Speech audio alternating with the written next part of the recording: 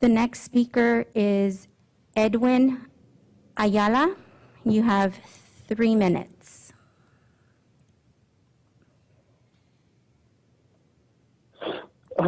My name is Edwin, and yesterday marked the 1 week of my little brother's 16th birthday.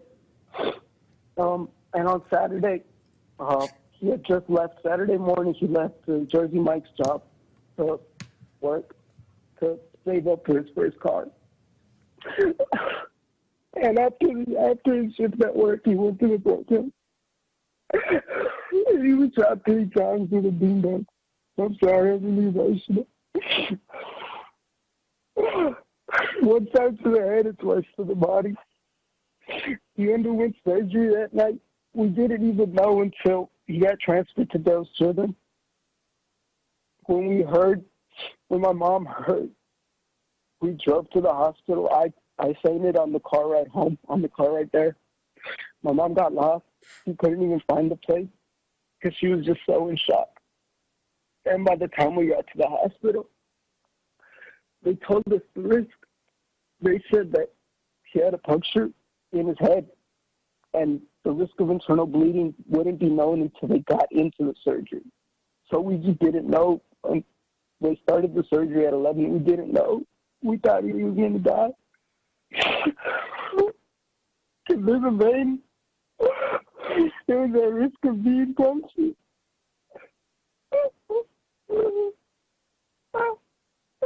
That was the hardest.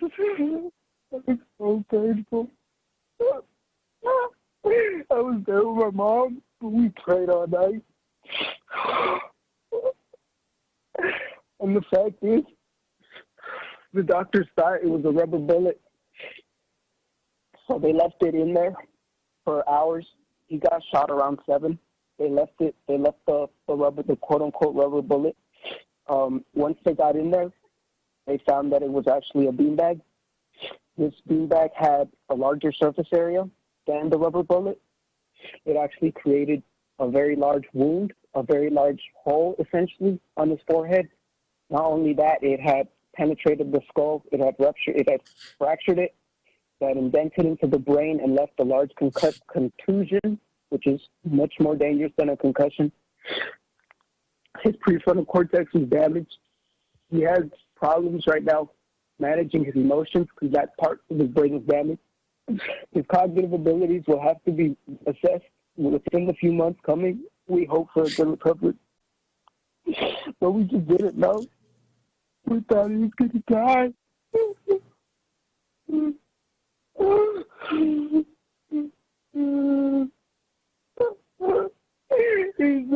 He's such a smart guy. And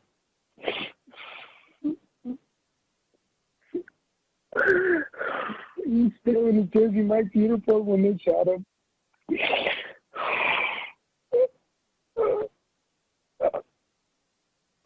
And because of the nature of the quote-unquote beanbag, the risk of infection was so large. He was on multiple antibiotics. He still is. The surgery was around 7 hours due to the complications. They had to get a plastic surgeon. He's going to have a scar down the side of his forehead the rest of his life.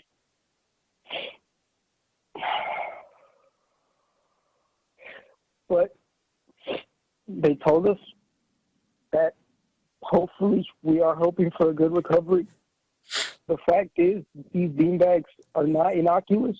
They are not less lethal if they are shot at the head, which is what we suspect was going on, because in the video he was on a hill, and there's no way you can miss shooting at the head. You know, they were aiming above his head so that the bullet would go down into it. They hit him right in the forehead and twice in the body.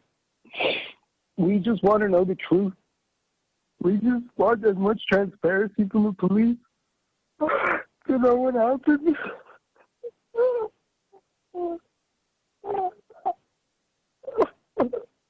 The pain that I see was nothing compared to my mom. She's with him now.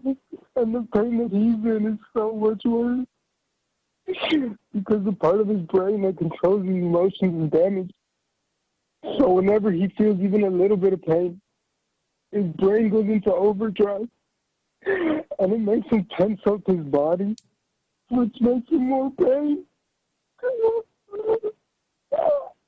It's so hard being with him, but you can't leave him, because he's my brother.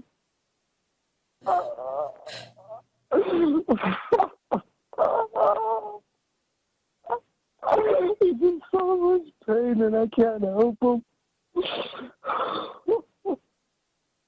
We really do just want as much transparency and footages to be released. And I'm asking for anybody that was there to contact us, to provide us with the footage from the police as well, because we want to know the truth. We just want to know what happened. And we want to hope they can't be using beanbags to other people.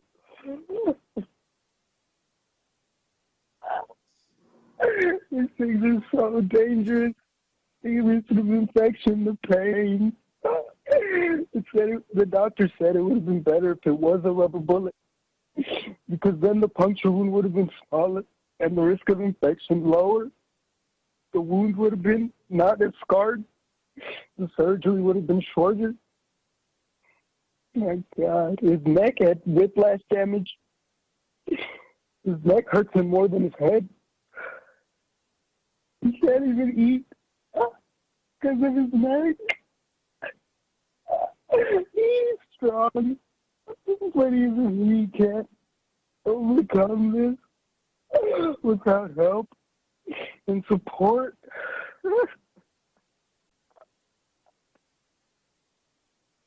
And I'm right here with him, but it's so hard. It's so hard for the family. I can't even imagine what he's going through. And that's all we ask for is just transparency. It's just the truth. To know what happened.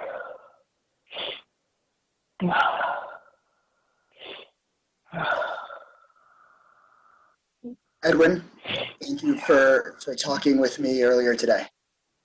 And thank you for sharing your story.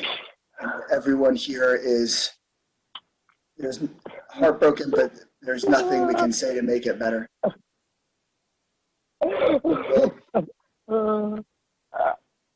Please, you can't be using me. No, not this. He was so close to the velocity that it hit him with.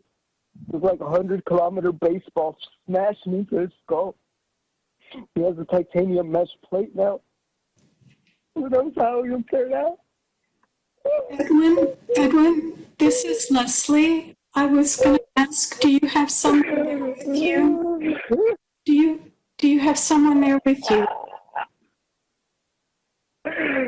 Someone there with you? Maybe we could try to make sure there's someone there with Edwin, please.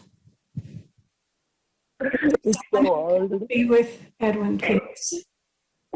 It's so, why would they, for the kindest, most responsible 16-year-old I ever knew.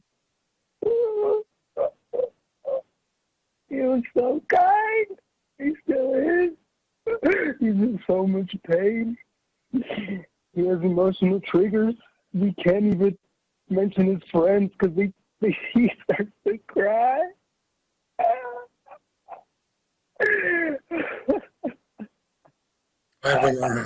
Edwin, our